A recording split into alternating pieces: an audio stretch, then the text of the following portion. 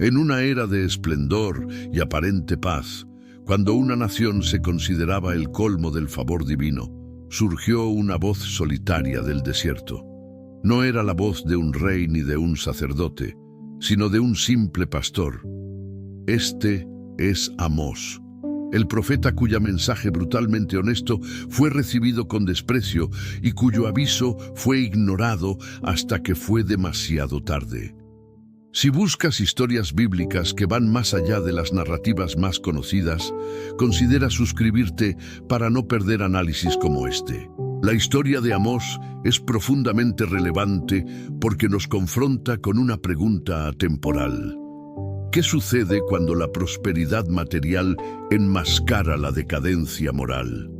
Él habló a una sociedad que, en muchos aspectos, refleja la nuestra, una sociedad de gran desigualdad social, donde la religiosidad externa servía para calmar la conciencia mientras la injusticia corría suelta. Su voz es un eco que atraviesa milenios, cuestionando nuestras propias certezas y comodidades. En este video nos sumergiremos en la vida y la época de este profeta intrépido. Exploraremos el escenario histórico del reino de Israel en el siglo VIII a.C., un periodo de riqueza sin precedentes. Analizaremos las acusaciones específicas que Amós hizo, la impactante confrontación que tuvo con las autoridades religiosas y finalmente la terrible y precisa materialización de sus profecías que fueron ignoradas. Todo el análisis que verás aquí está fundamentado directamente en el texto bíblico del libro de Amós. Para proporcionar un contexto más rico, también nos basamos en investigaciones históricas consolidadas sobre el antiguo Oriente Próximo. Nuestro objetivo no es solo recontar una historia, sino comprender la profundidad de su mensaje y el coraje necesario para proclamarlo en un entorno tan hostil y autosatisfecho. Para entender verdaderamente el impacto de las palabras de Amós, primero necesitamos transportarnos a su tiempo. Imagina un reino en la cúspide de su poder militar y económico, con palacios lujosos y una élite que vivía en opulencia. Era un mundo de fachada dorada, pero debajo de esa superficie brillante, los cimientos de la sociedad se estaban pudriendo en silencio, aguardando el colapso inevitable. El escenario para la misión de Amós fue el reino del norte de Israel durante el largo y próspero reinado de Jeroboam II, alrededor del 760 a.C. No era una era de dificultades, sino de una paz y riqueza raramente vistas. Las conquistas militares habían expandido las fronteras y reabierto rutas comerciales lucrativas, inundando las ciudades con marfil, vinos finos y bienes de lujo. La arqueología confirma esta opulencia, revelando residencias sofisticadas y artefactos de gran valor. El concepto fundamental que sustentaba la identidad de Israel era su alianza con Dios, un pacto que exigía no solo rituales, sino justicia y misericordia, especialmente hacia los huérfanos, las viudas y los pobres. Sin embargo, la élite israelita había reinterpretado su prosperidad. La veían como una señal inequívoca del favor de Dios, una prueba de que sus sacrificios y festivales religiosos eran suficientes para garantizar la bendición divina. Pero había otra perspectiva, una que burbujeaba bajo la superficie de la satisfacción nacional. Mientras los ricos construían sus casas de invierno y casas de verano, los pobres eran explotados, vendidos como esclavos por deudas insignificantes y aplastados por un sistema judicial corrupto. Para la clase dominante esto era solo el costo del progreso. Para Dios, como Amós revelaría, era una abominación que invalidaba toda su religiosidad. Piensa en la nación de Israel en esa época como un crucero de lujo. En la cubierta superior, la élite disfrutaba de fiestas extravagantes, segura de que el barco era insumergible. Sin embargo, en las bodegas, los trabajadores estaban encadenados y la estructura del casco estaba corroída por la negligencia y la avaricia. La música alta en la cubierta ahogaba los sonidos del agua que ya comenzaba a invadir la embarcación. Fue en este escenario de opulencia deslumbrante y podredumbre oculta que una figura improbable fue llamada. Un hombre del campo, un pastor de Tecoa, en el reino del sur de Judá. No tenía formación de profeta ni formaba parte de la élite religiosa. Y fue precisamente por eso que su mensaje llevaba un peso tan devastador, una autenticidad que el sistema no podía comprar ni silenciar. El mensaje central de Amós, tal como está registrado en su libro, no era una condena vaga del pecado, sino un proceso judicial detallado y específico. No hablaba en parábolas complejas, sino en un lenguaje directo y cortante, acusando a los ricos de pisotear la cabeza de los pobres en el polvo de la tierra y de negar justicia a los oprimidos en el tribunal. Su profecía era un ataque directo al corazón de la hipocresía israelita. Usó ejemplos concretos que su audiencia habría entendido perfectamente. Amós condenó a los mercaderes que usaban balanzas falsas para engañar a los compradores y a los jueces que aceptaban sobornos para pervertir la ley. Habló de las mujeres de la élite, a las que llamó vacas de Basán, que presionaban a sus maridos para oprimir a los pobres y sostener su estilo de vida lujoso. Estas no eran metáforas, eran descripciones de la realidad diaria. Una de las tácticas más brillantes y devastadoras de Amós fue comenzar su profecía con una serie de juicios contra las naciones vecinas de Israel: Damasco, Gaza, Tiro, Edom. Esto sin duda atrajo la atención de sus oyentes, que se regocijaron al oír sobre el castigo de sus enemigos. Solo después de asegurar su atención, Amós volvió el foco profético directamente sobre ellos, declarando que el juicio de Dios comenzaría en su propia casa. Es crucial entender la limitación de la percepción de sus oyentes. Amós no predicaba contra la riqueza en sí, sino contra la indiferencia y la crueldad que a menudo la acompañaban. El problema no era tener, sino tener a costa del sufrimiento de otros. El pueblo de Israel, sin embargo, estaba ciego por su propia teología de la prosperidad, incapaz de ver que lo que consideraban bendición era, en realidad, el fruto de la explotación. Este mensaje inflexible, proveniente de un extraño, un paleto del sur, no podía permanecer sin respuesta por mucho tiempo. Las palabras de Amós no eran solo un sermón incómodo, eran una amenaza directa a la estructura de poder, tanto política como religiosa. La colisión era inminente y ocurriría en el lugar más sagrado del reino, un enfrentamiento que sellaría el destino de la nación. El punto de ebullición de la misión de Amós ocurrió en Betel. Este no era un lugar cualquiera. Era el principal centro religioso del Reino del Norte, el hogar del santuario real establecido por el propio rey. Predicar allí era equivalente a protestar en la capital del poder. Y fue allí donde Amasías, el sumo sacerdote de Betel, confrontó al profeta. No lo acusó de herejía, sino de traición, de conspirar contra el rey Jeroboam. La acusación de Amasías revela la mentalidad del sistema. Le dijo a Amós: vidente, vete, huye a la tierra de Judá, y allí come tu pan, y allí profetiza. En otras palabras, trató la profecía de Amós no como una palabra de Dios, sino como una profesión, un medio de vida.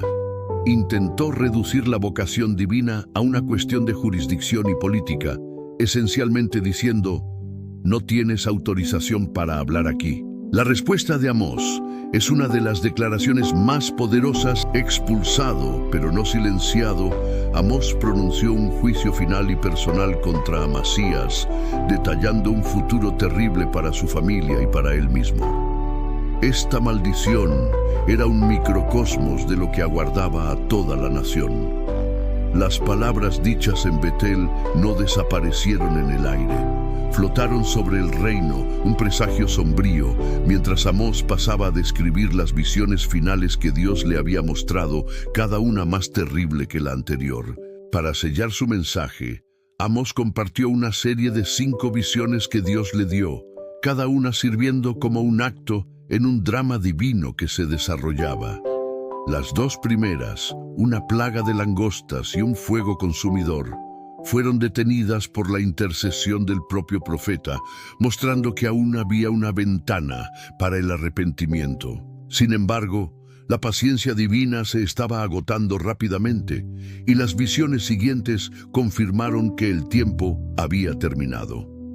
La tercera visión, la de la plomada, fue un punto de inflexión crucial. Dios es retratado de pie sobre un muro con una plomada en la mano, una herramienta usada para medir si una construcción está perfectamente vertical. El veredicto fue claro: el muro de Israel estaba irremediablemente torcido. Dios declara: no pasaré más por él, significando que la oportunidad para el perdón había pasado. El juicio ahora era inevitable. Le siguió la visión de un cesto de frutos de verano.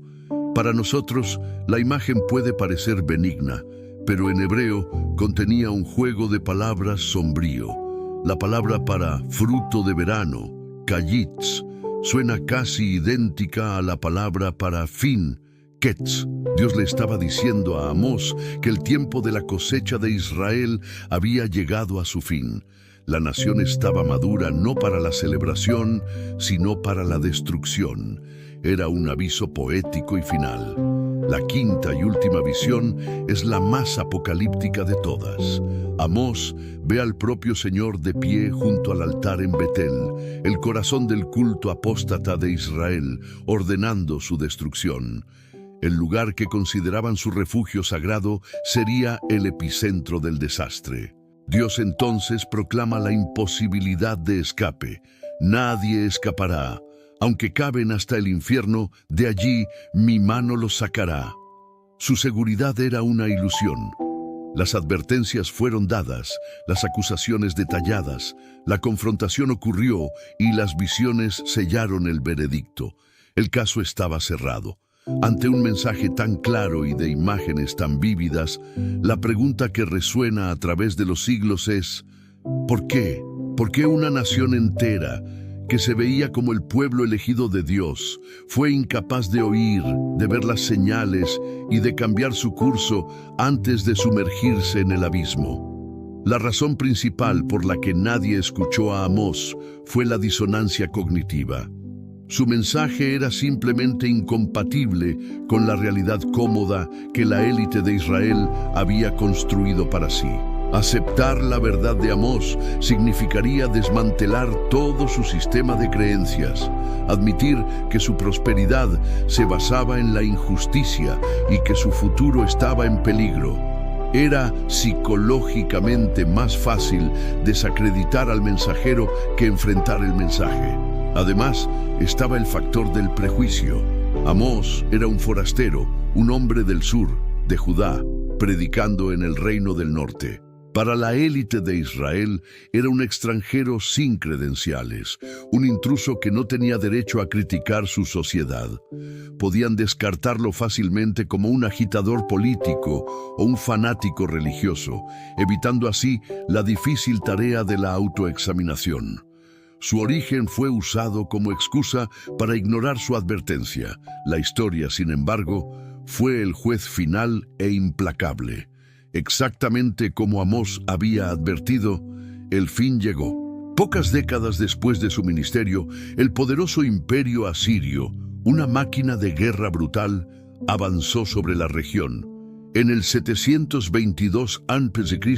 conquistaron Samaria, la capital de Israel, destruyeron el reino y deportaron en masa a sus poblaciones, que se dispersaron y se perdieron en la historia. La advertencia se convirtió en una realidad devastadora. La precisión del cumplimiento de la profecía es impactante. Las casas de marfil fueron saqueadas, los palacios destruidos y la élite que se banquetaba en sofás de lujo fue arrastrada al exilio. El día del Señor, que esperaban ansiosamente como un día de triunfo, llegó como un día de tinieblas y desesperación, exactamente como Amós había predicho. La negativa a escuchar no alteró el futuro, solo garantizó que estarían desprevenidos para él. Esta historia trágica contiene un poderoso y atemporal mensaje bíblico. La narrativa de Amós no es solo un registro histórico de un reino desaparecido, es un espejo alzado para todas las generaciones.